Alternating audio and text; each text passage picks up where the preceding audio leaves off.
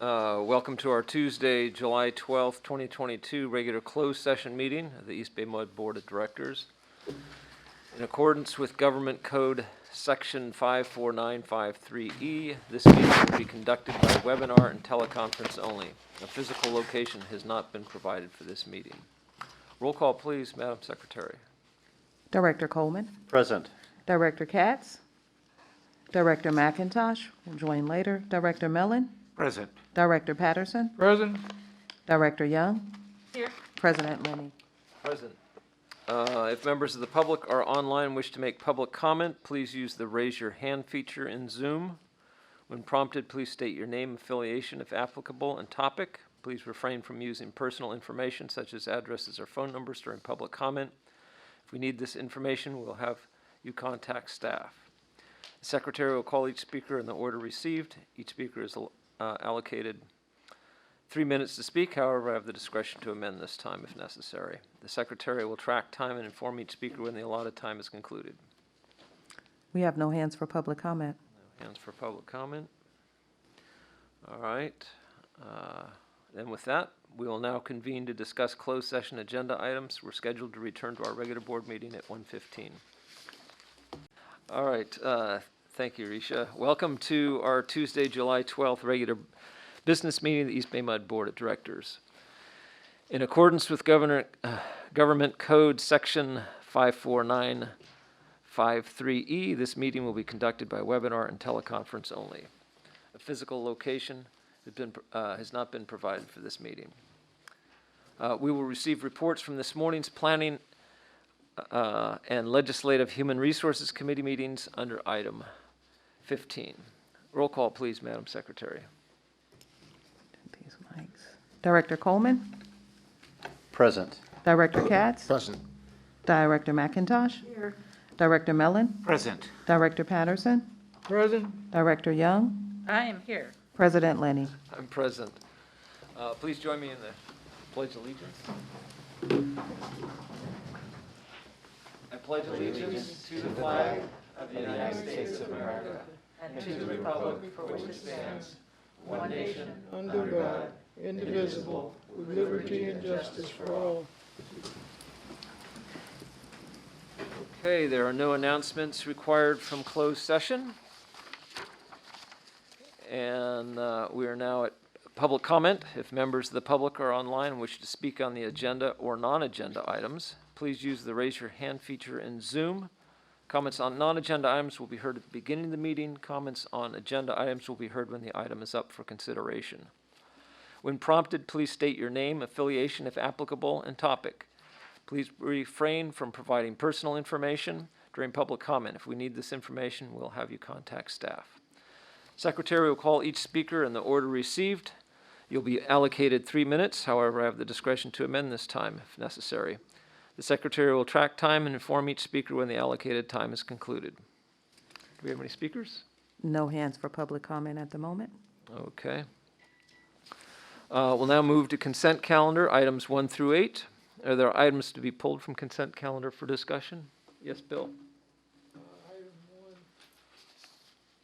Okay. Any other items? Move the remainder. Second. Okay, motion by Lisa, seconded by John. All in favor? Aye. Any opposed?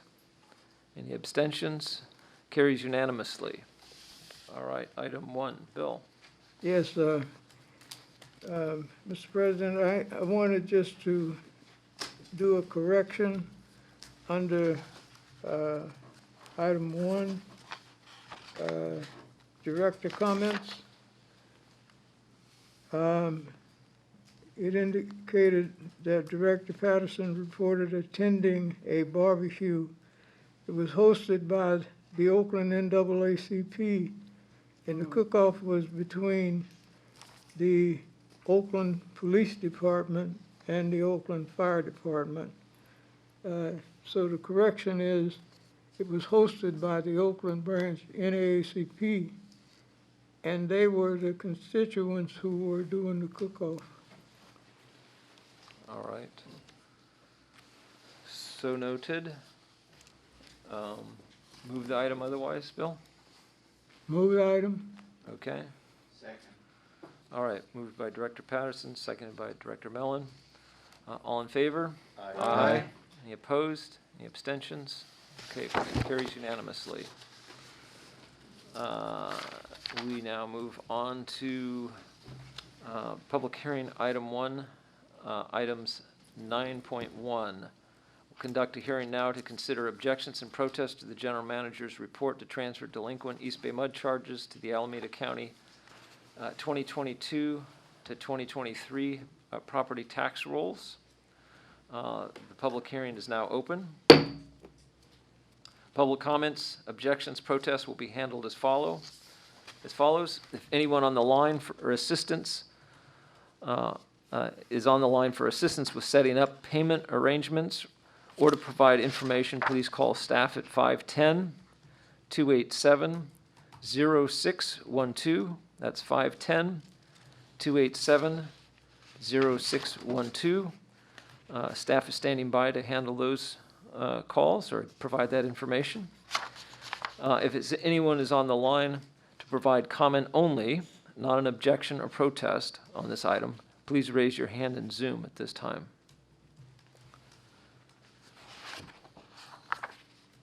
And also, if anyone is on the line to object or protest their delinquent charges being transferred to the property tax rolls, please raise your hand in Zoom, and the board will consider your objection or protest. We have no hands for protest or comment.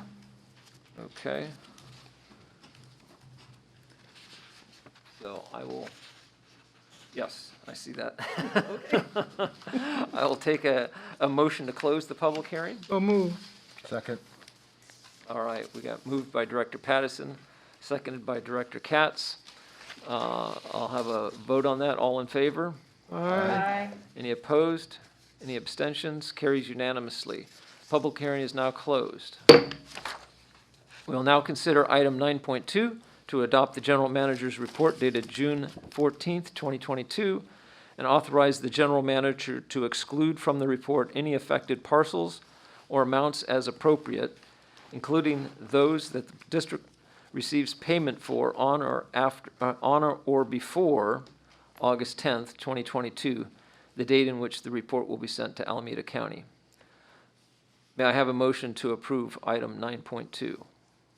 So move. Second. All right, moved by Director Pattison, seconded by Director Katz. All in favor? Aye. Any opposed? Any abstentions? Carries unanimously.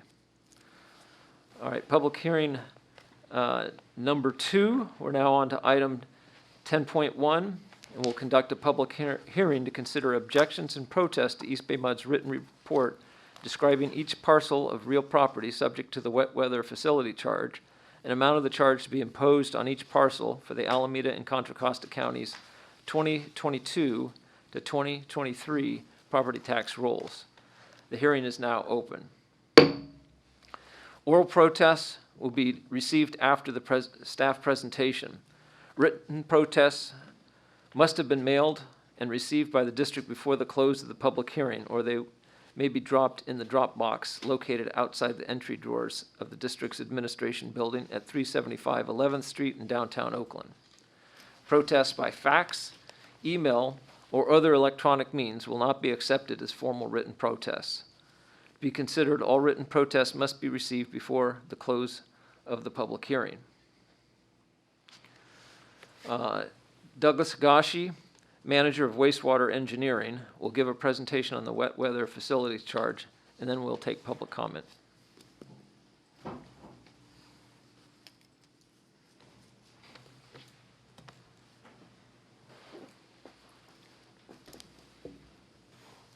Okay, good afternoon, members of the board, General Manager. As announced, this public hearing pertains to the wastewater wet weather facility charges on the 2022-2023 property tax rolls. I guess I can use screen down, please.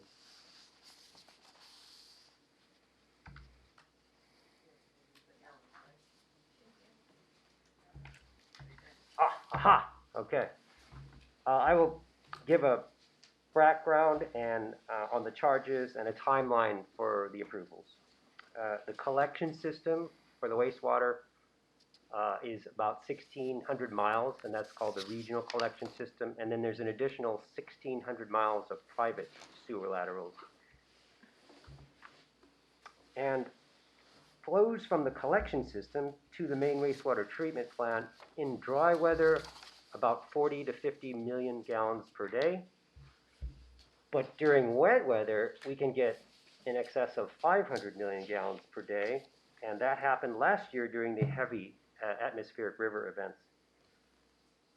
And during these rain events, water seeps into the private sewer laterals and collection systems and works its way to the main wastewater treatment plant.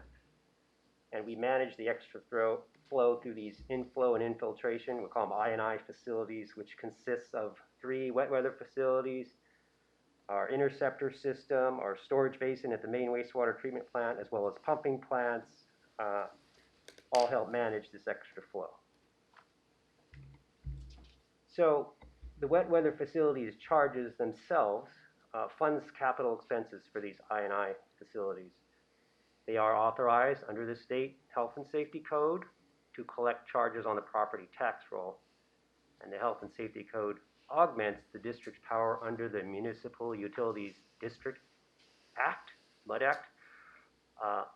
We started collecting them in 1987, and if you add the both 2 counties, it's $30.7 million into funding these I&I facilities, and that's about 20% of our total revenue for wastewater.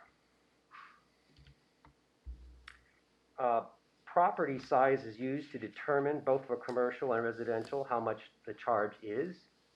Properties with larger lots receive more rain, leading to more I&I into the collection system. Accordingly, the wet weather facility charges uses a lot size bin system.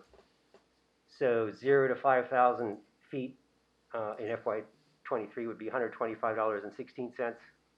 5,000 to 10,000 square feet would be $195.50. And I will point out that this was misstated as $195.60 in the transmittal memo to the Secretary of the District. It was correct in both the BD1 and the staff memo, but in the transmittal memo, it was $195.60 misstated. It's actually $195.50. And lot sizes greater than 10,000 feet, we collect $446.80 on the property tax roll.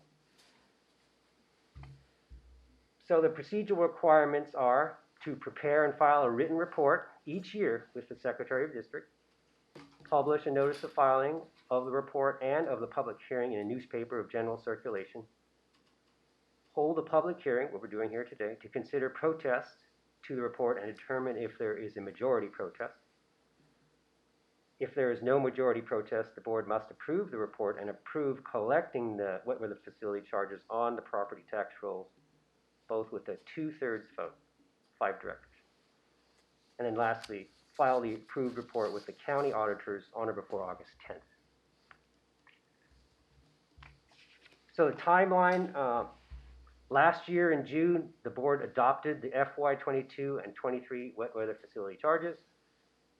And then this year, we filed a written report with the Secretary of District on June 9th. Public notices did appear in the Oakland Tribune and Contra Costa Times in June this year. And then today here, where the public hearing and board accept the staff recommendation to adopt the report. And then in August, we'll file a report with county auditors by August 10th. So the staff recommendation, adopt the report by at least 2/3 of the members of the board, 5 directors. Authorize the district to collect the fiscal year 2023 wet weather facility charges on the property tax rolls of Alameda and Contra Costa counties. And authorize district staff to adjust the fiscal year 2023 wet weather facilities charges for any affected parcels as new information is provided by the counties.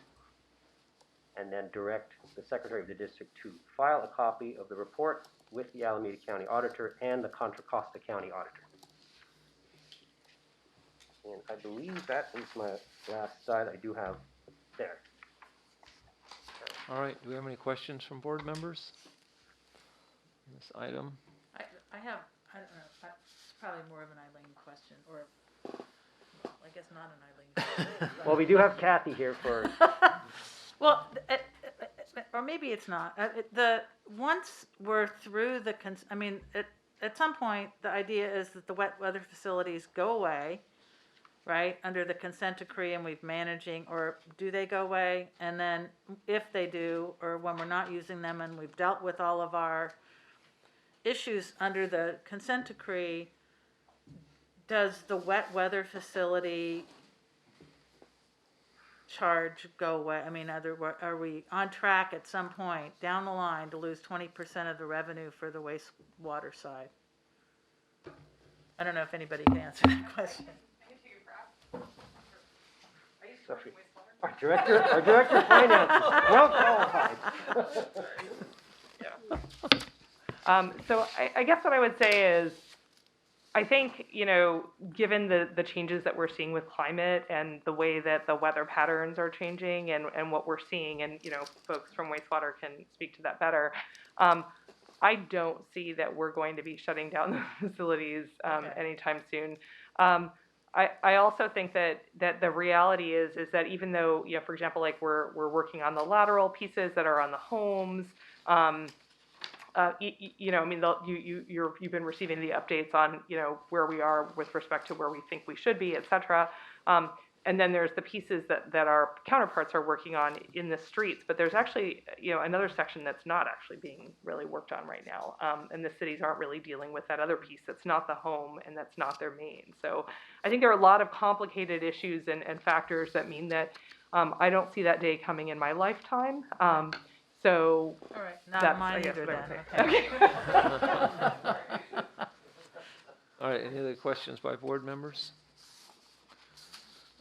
All right, thank you, Douglas. Thank you. If you would like to comment, for those who are online, please use the raise your hand feature in Zoom. Please do not provide any identifying information. Are there any speakers on the line? There are no speakers on the line. Okay.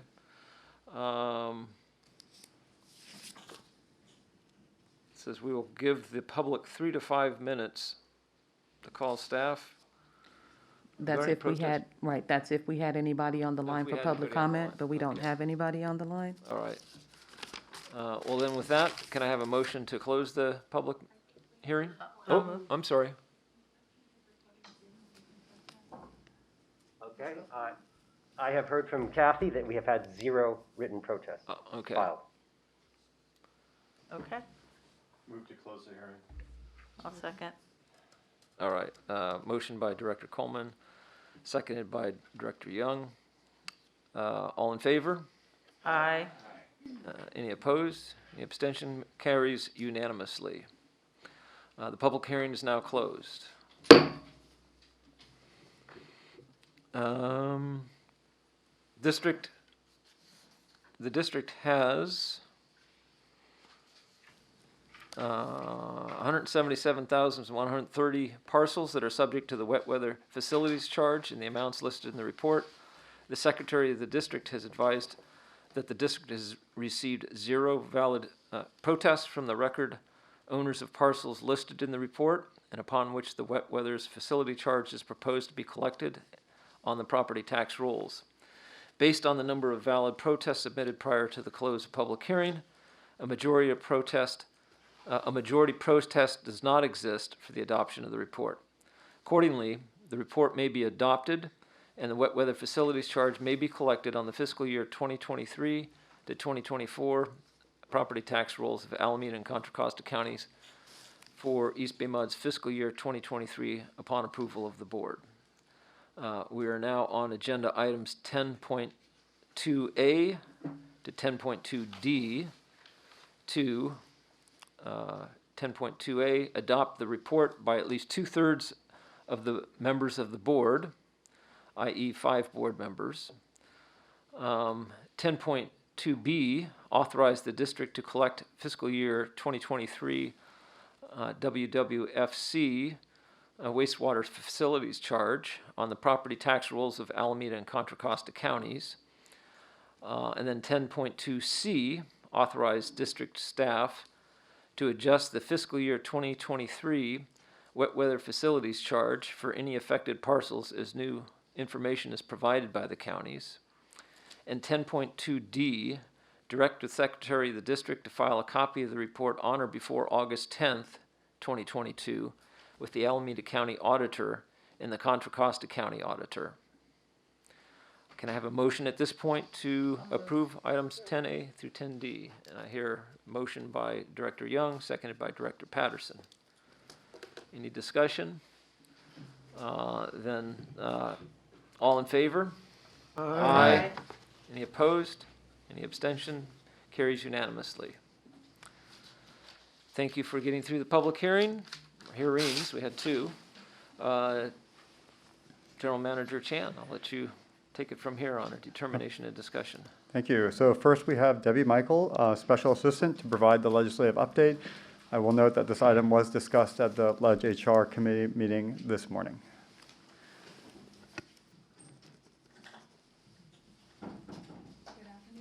Am I on? Yep. President Linney and members of the board, we do have a small ledge report, but an important one for you today.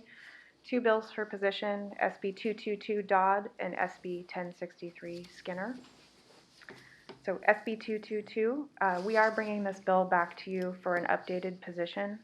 The bill was substantially amended a few weeks ago, and based on that, we wanted to bring it back for your consideration. So as a quick reminder, SB 222 Dodd is the bill that would establish a rate assistance program in California for low-income residential customers for help with their water and wastewater bills. So we brought this bill to you for position last July, about a year ago. At that time, the position recommendation was support if amended. And there were several areas of clarification mentioned in the write-up. So clarification of the water system role in the statewide program, to acknowledge and protect our existing customer assistance program, and clarification of Prop 218 issues that could potentially pose some legal challenges for water systems. So that support if amended position was adopted. We were able to secure amendments that address those issues in the end of August last year. And based on that, EBMUD moved to a full support position on the bill. The bill was then parked on the assembly floor. Oh, height adjustment here. Thanks. The bill was parked on the assembly floor before the end of session. That's where it's been since that point. And that was to give the author a chance to negotiate with the administration before the bill made its way to the governor's desk. So fast forward a bit, in early June, we were given a heads up that the author was going to be amending the bill again. And so the author's intent is to move the bill in August once the legislature comes back from summer recess, which they're on in the month of July.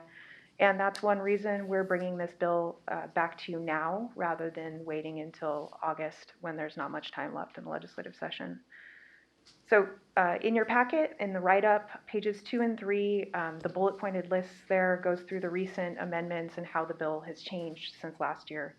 One important change that I wanted to highlight is that the bill now requires every water and wastewater system to establish a local program to offer rate assistance, and that local program would be in compliance with future guidelines to be adopted by the State Water Board.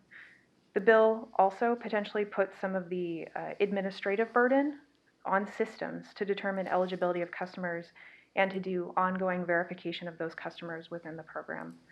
So by way of contrast, the amendments we sought at the end of session last year made it clear that the water system role was really to receive program funding from the state, which the water system would then apply to the customer accounts that the state had gone ahead and identified as eligible for the assistance.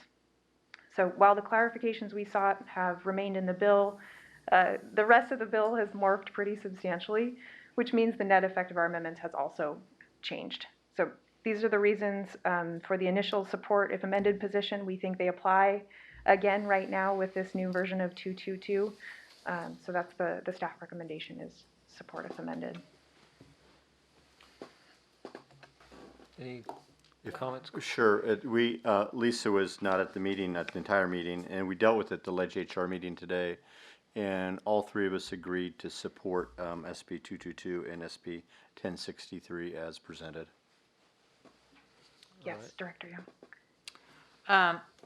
I am going to support the support if amended position. I'm very disappointed and hope that you will communicate to Senator Dodd that we or Senator Dodd's staff, I guess, that as supporters of the bill last year, among the only water agencies in the state to support the bill, not the only one, but I think others came along, after us, that, we're sort of left on the curb with these amendments, and that would hope that they assertively reach out to gain our support back with the amendments that we've offered, and to do so. Not doing so, I think risks that, they're trying to do a very big amendment to this bill on the assembly floor and then bring it back to the Senate for concurrence, is my understanding, which,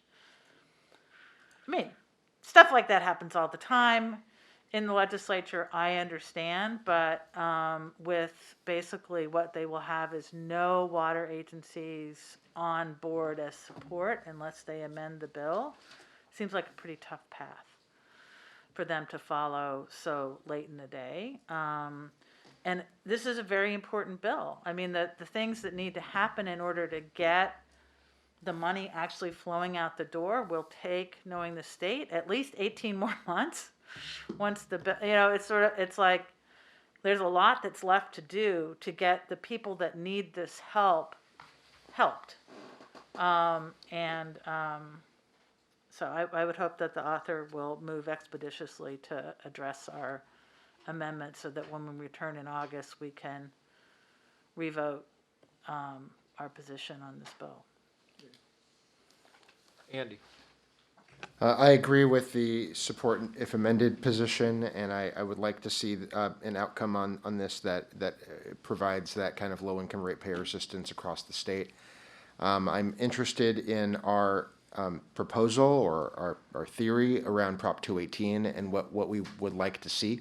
It wasn't very clear to me in the staff memo, and I appreciate that it could be very difficult to actually explain something that's workable for the state here without a 2/3 vote. With a 2/3 vote, a lot is possible. But what do you think that, what will we be proposing that the author do to amend the bill? Sure. So I think there's a couple different areas that fall under the Prop 218 changes. One of those is nowhere in the current bill is there a concept of what happens if there isn't full funding. So let's say the program is funded for the first 2 years, and then in the third year, hard budget times happen.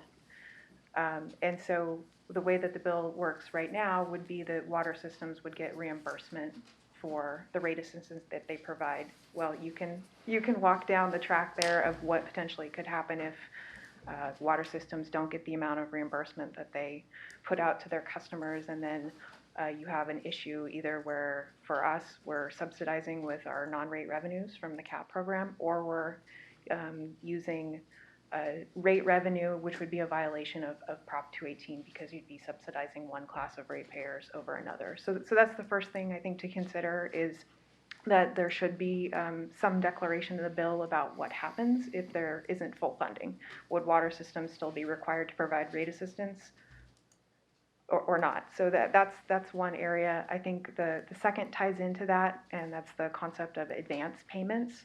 So if the state could provide advance payments to water systems for both the rate assistance and the administrative costs to the system to do the program, then that would address some concerns with Prop 218 by getting that money up front rather than waiting for reimbursement. Does that Did I? Yeah, that answers my question, and I'm somewhat, disappointed, but understandably so, that we would have to be outlining a way that this bill would no longer be in operation if there wasn't the funding. Yeah. We are fortunate to have a property tax source of revenue. We are likely to be able to fund this kind of obligation for the foreseeable future, until we have potential conflicts with our availability of funds that we're working on a separate track. But it really would be good to have flexibility. I think it would be beneficial across the state to be able to have that flexibility under Prop 218 and to not be constrained by it. It would be excellent if we could frame that issue in the conversation and try to, if there really is political will, to make this kind of program available and benefiting low-income customers in the state, to just flag it for the leadership in the legislature that is investigating this, and see if they have the will to integrate this into a future ballot measure, or to rally the support that would trigger that flexibility under the law. So if we can educate the legislature on that issue in our support, if amended letter, I think that would set the right tone and context for, outlining how we would like to be allowed to, escape and evade the requirement of the law, should the legislature not have the funding. I think that would be even-handed. At least we're really committed to the purpose of the bill, and not just trying to, have an off-ramp available. I would feel more comfortable with that, and as opposed to only talking about the off-ramp. I understand that it's very challenging to raise those Prop 218 issues, but I think that would make things more even-handed and reflect the purpose better. So with that, I think that addresses my concern. Thank you. I understand where Marguerite and Andy are coming from. I don't think we should be under any illusion that we'd have to change Prop 218 by a vote of the people, which at best would be difficult, I think. So we should, I understand where you're coming from, Andy, but the reality of the fact is to change a constitutional provision, i.e. Prop 218, would be extremely difficult to do. So we have to be realistic on that in terms of how we go forward. I would say, just don't paint me with that brush, please. I understand the complexity of dealing with Prop 218 quite well.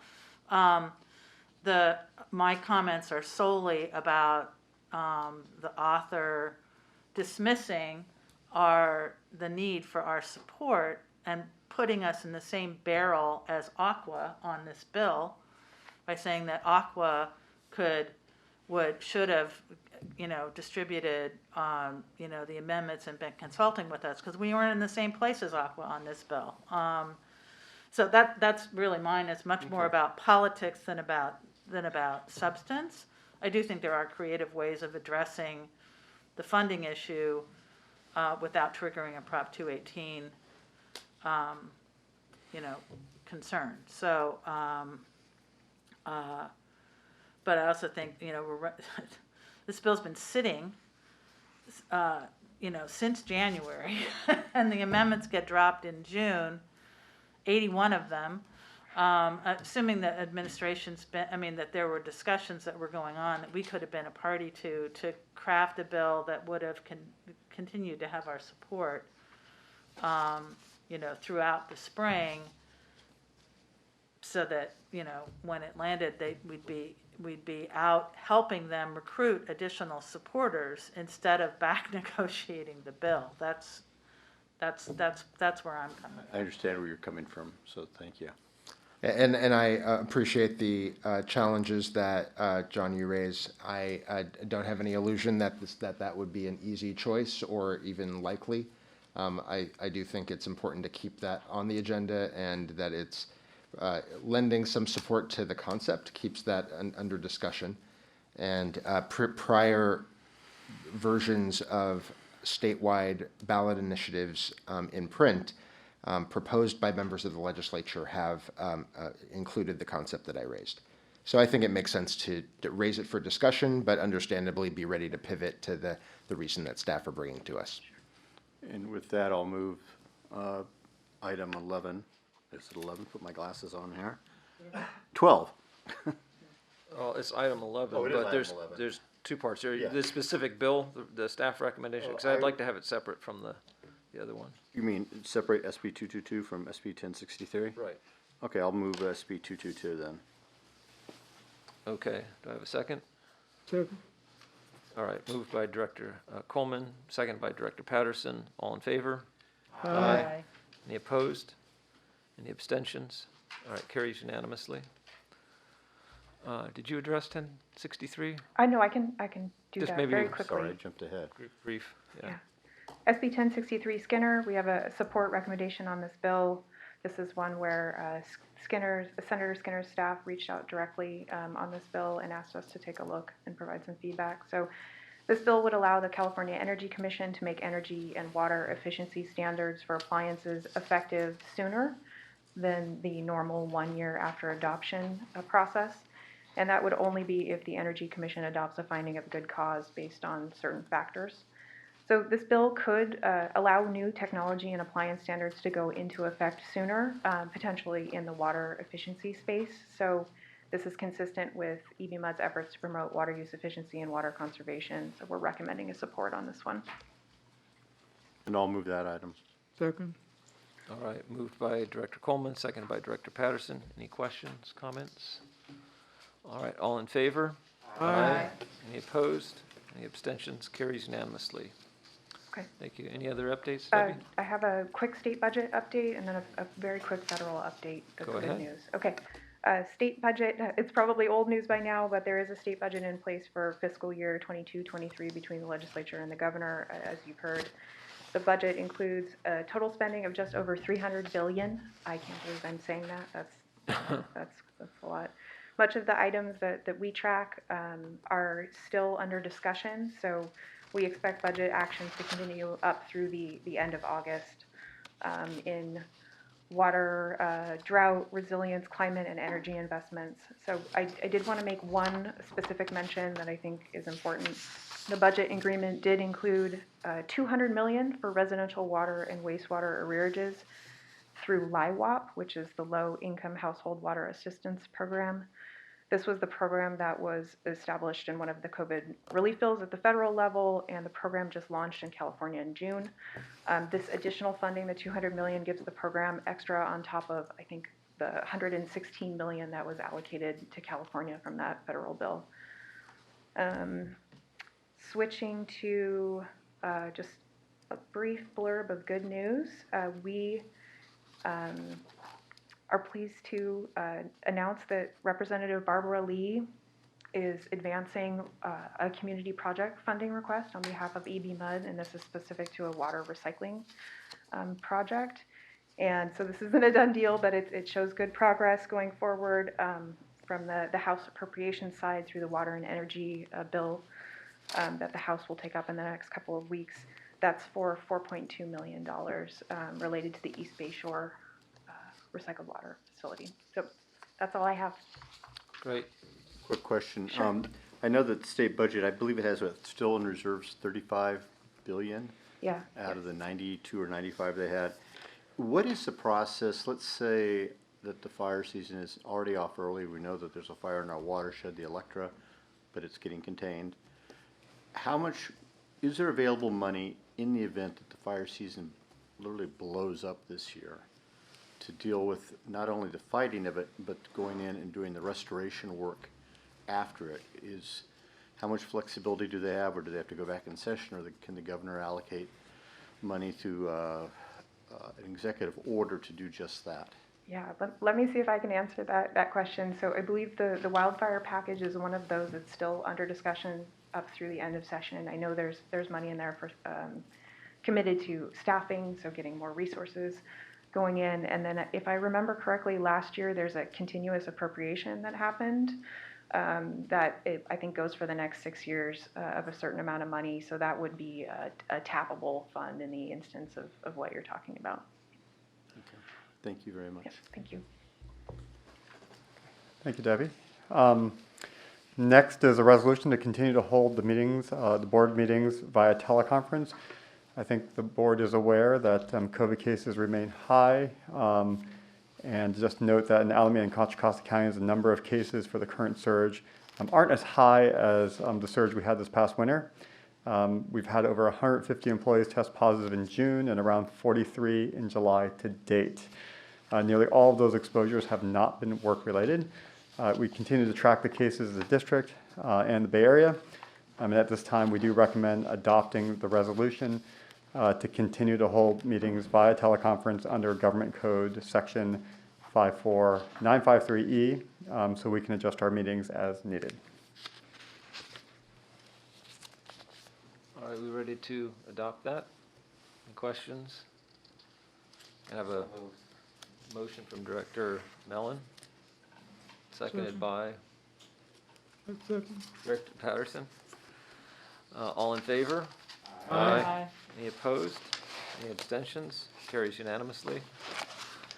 Next, our Acting Director of Human Resources, Vince James, will discuss the appointment of board members to serve on an ad hoc committee to negotiate amendments to the employment agreements for the General Manager and General Counsel. Good afternoon, board members. The item before you requests that the board appoint 3 members to serve on an ad hoc committee. The purpose of the ad hoc committee is to negotiate amendments to the employment agreements with the general manager and the general counsel. Does the board have any questions on this item? No. All right. So we're to make that appointment now and vote on it, is that right? That is correct. All right. I'd like to ask 3 members to serve on that committee. I'll be one. I will. Marguerite? I'm also willing to serve. Okay, that's the 3 then. So do we have to make a motion for that? I think I'll go ahead and make that motion myself. For Bill second. myself, Second. Andy, and Marguerite, seconded by Director Patterson. All in favor? Aye. Any opposed? Any abstentions? All right, carries unanimously. All right. Thank you. Thank you so much. Thank you. And finally, for the General Manager report, attached is the monthly report, and I can answer any questions you may have.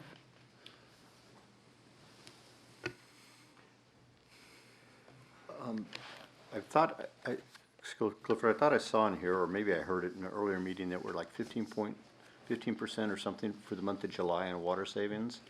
Or did I hear that in a meeting today? July to date is 19%. 19%. And so, based on past historical use, if we're at 19%, I know this winter was not great for everybody. We should easily be able to meet our goal at that trend. I mean, there's going to be ebbs and flows based on heat and everything else. I understand that. I guess it was relatively cool a little bit in July, but then hot, now cool again. Yeah, I mean, we definitely are trending up. June was 12%, July to date is 19%. We're going to see most of the savings in the summertime, so if this trend continues, we hope to hit our goal of 10%. That said, the governor may make an announcement later this month that hits his 60-day kind of time frame. I know the state overall hasn't hit the 15% goal he set, so he may come out and make a declaration for mandatory 15% statewide, which would change our goal as well. But we'll see what happens. But even with the state between May and June, things are pointing also in the right direction, just not as fast overall for the state. Okay. Thank you. All right, with that, we'll move on to reports and director comments. The minutes from the June 14th Planning and the Legislative Human Resources Committee meetings are included in your packet. We'll now receive reports from this morning's Planning and Legislative Human Resources Committee meetings. From the Planning, Director Young. Yeah, the Planning Committee met this morning and heard 3 reports. The first report was an update on our pipeline rebuild.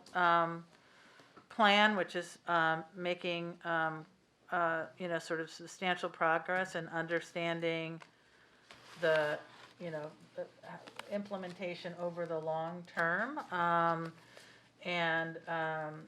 One thing to note is that they've looked at the migration pattern of decent pipe to crappy pipe over the last 7 years, or A to F, and are finding that we're getting about 21 miles per year of pipe that is getting into the D and F category. That number should ring a bell, because that's about where we're at in terms of pipeline replacement, which means we're not really making progress against the backlog. And so that's still a big, has to be a big focus. One might expect that we'll see, an increasing amount of migration as our pipes get older and we don't, sort of make the headway towards renewal. So that's a continued focus of looking kind of comprehensively at what we need to do to maintain our infrastructure in all of the ways that we do that, by proper maintenance as well as replacing, et cetera. We then heard about the impact of the new, an update on or recap of our lead testing in schools work, as well as what the requirements for the new lead and copper rule will require for testing of K through 8 schools and grade 9 through 12 schools. And then finally, our semi-annual compliance report, where we heard about various things we've heard about in the board meeting with regard to unanticipated issues with discharges, as well as the impact of COVID on our OSHA and industry injury compliance. So I think that was it. All right. Planning. Thank you. HR, more or less, already. Sure. Lisa asked me to run the meeting since she was en route. So we had two bills, which we voted on already. Was SB 222 by Dodd, as well as SB 1063. We voted on both of those. We also had a very good presentation on our Diversity, Equity, and Inclusion Strategic Plan update by Jashisha White. And so that was presented and accepted as well. All right. Other items for future consideration? Please submit such items to the general manager. Any director comments? Bill? Okay. Yeah, I know. I just have one real quick. I submitted my comments already, but I just wanted to give a shout out to Catherine Horn. I made my presentation to the Pleasant Hill City Council last night by Zoom, and she is a consummate professional. She does a great job, and she's the eyes and ears for a lot of our issues out in my ward, at least, and couldn't do the job I do without her. So hopefully that message gets to her. Great. Thanks, John. I have two items. One is that I was able to participate in the Alameda 4th of July parade. I wanted to thank everyone who was part of that. That is something we missed the last 2 years, and I get to always look forward to, because I have a little band, neighborhood band that I put together, and it's our only gig that, not only the only gig we get to play. Oh, is there a picture? There we go. Thank you, Frank, for taking that. Doug in a cowboy hat. Yeah. Oh my goodness gracious. Where are those boots? You can't see it. Yeah, you can't see them. I'm going to keep talking so you can't see my running shoes. Anyway, I always like to brag that, of course, this is the longest parade route. But since it's a parade and we're constantly moving, we only need to learn 3 songs. Fortunately, we learned a few more than that. But we get to play 10 at a time, 60,000 in front of 60,000 people. So it's a great thing. I want to thank Jerry Ryan for being the driver in it, and for folks who put together the posters, and for my decoration team, including a guy named Clifford Chan, who showed up to help out with getting everything ready. So it was a lot of fun, and I think it was good publicity for East Bay Mud to be part of that. And then secondly, I wanted to also, on a more serious note, talk about the tour that I got to take to see the Dream Project this week. On Wednesday, went up to our Dream Project, got to see the intake facility, learn more about the project, and just very proud of the work that everybody has done on this project to make it happen. It's been 20, 30 years in the making, one way or another. A lot of people have contributed to making it happen. Got a lot of compliments from the people up there, the local people who've been working on it, the Conservation District and others who said, it's just been a real pleasure working with East Bay Mud staff. Even those who are on staff now, those who have been on staff previously. It's something that we can be proud of the innovation, the tip of the spear in terms of being able to trade excess water in the wet years, to both replenish the groundwater there, but also have such an efficient way to store extra water for us that we can draw in the drought years. And it was great to see the facilities, hear from local people who've been working on it, who said, it's a very small conservation district in terms of their funding. They don't have really any full-time staff. It's all contract. And to get the $4 million that we've allocated to the project to really get it jump-started and to get matching grants from the state, from the SIGMA program, to be able to fill in gaps. And it's just exciting, again, to be to see the project hands-on and to be part of it, and feel very proud to be part of East Bay Mud and all the work's gone into it. So thank you to all the staff who's been part of that, and as one example. With that, Bill, I know you wanted to. I've got one okay. little report. Sorry for my short thing there. 2 weeks ago, I let people know about John Silva's journey from the headwaters to the source. He's completed that, made it back just in time for the fire, where his house was almost evacuated. But I became aware of another person doing a similar journey, only this time from Oakland up to the headwaters. A woman named Nina Gordon-Kirsch, who's a gray water enthusiast, is walking the 200 plus miles from my ward in Oakland up to, I don't know where she's supposed to end up, Highland Lakes, I think. She's trying to make it to in the course of a month, which I think will be ambitious given what she needs, what territory she needs to cover, especially above the dam. But she is, she has a website, home to the number 2 headwaters.com. And she's posting daily reports on Instagram at nina.gk. And maybe, Clifford, you can share that with board members, and we'll make it available in Splash so that people can follow her journey.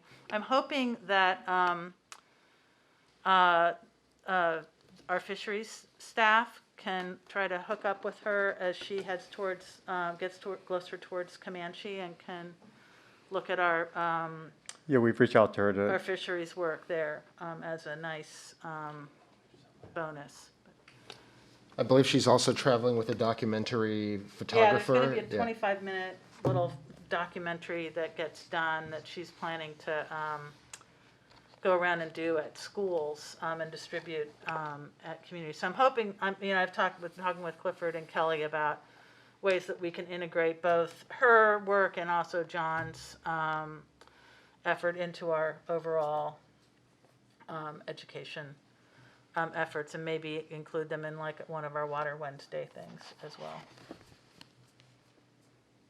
All right, thank you. John, you had? Just one last thing. I became aware of this last week. It's an app, and it's called Watch Duty. It's great for fires. It's much better than CAL FIRE or anything else. You download it, shows all the fires on the state.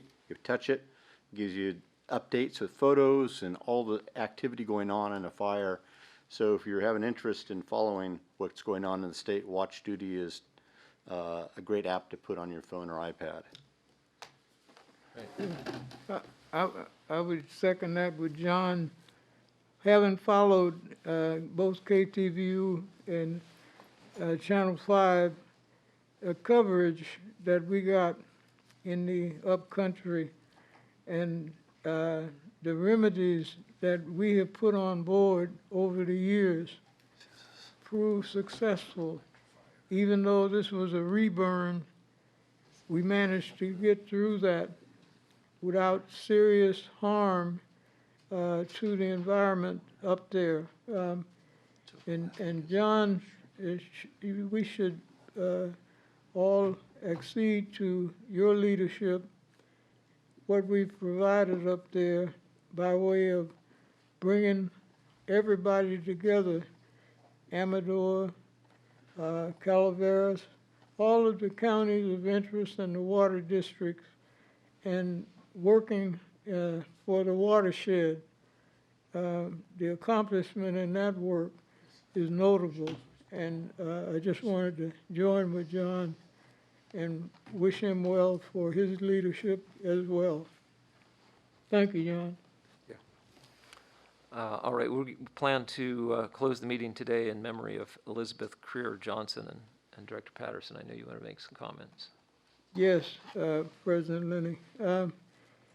I wanted to tell the members of the board that a constituent, a person who's been supportive to me since 1961, when she was just a child, and just graduated from high school, Liz Creer Johnson. She was one of the first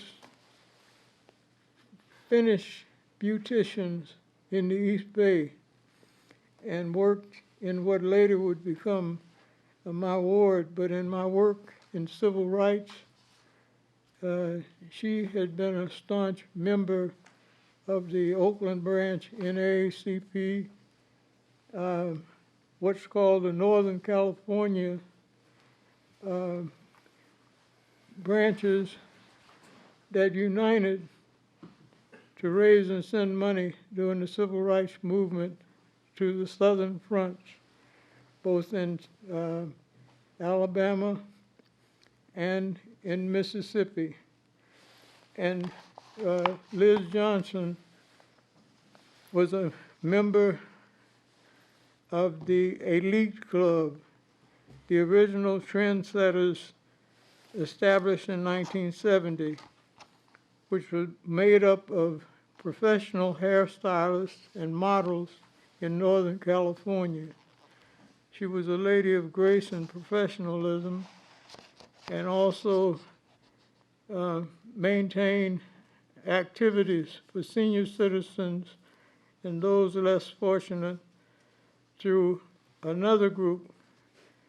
They were the Ladies of Distinction Civic and Social Club, and they worked behind the residential care homes for the seniors and for NAACP as well. She worked as a TV and radio personality on local stations, providing commentary on beauty, tips, and believe it or not, football. What was the essence of her achievement was the work with HIV and AIDS education. She did that. When many people, back when it was hands off and people were running for the hills, she was in the midst of making sure those folk were helped and got needed education, which helped put that particular pandemic down.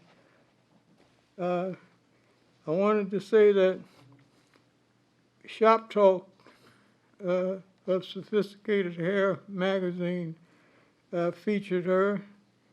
And also, she was one of the ones who played singer in Tambourines to the Glory by Richard Gant.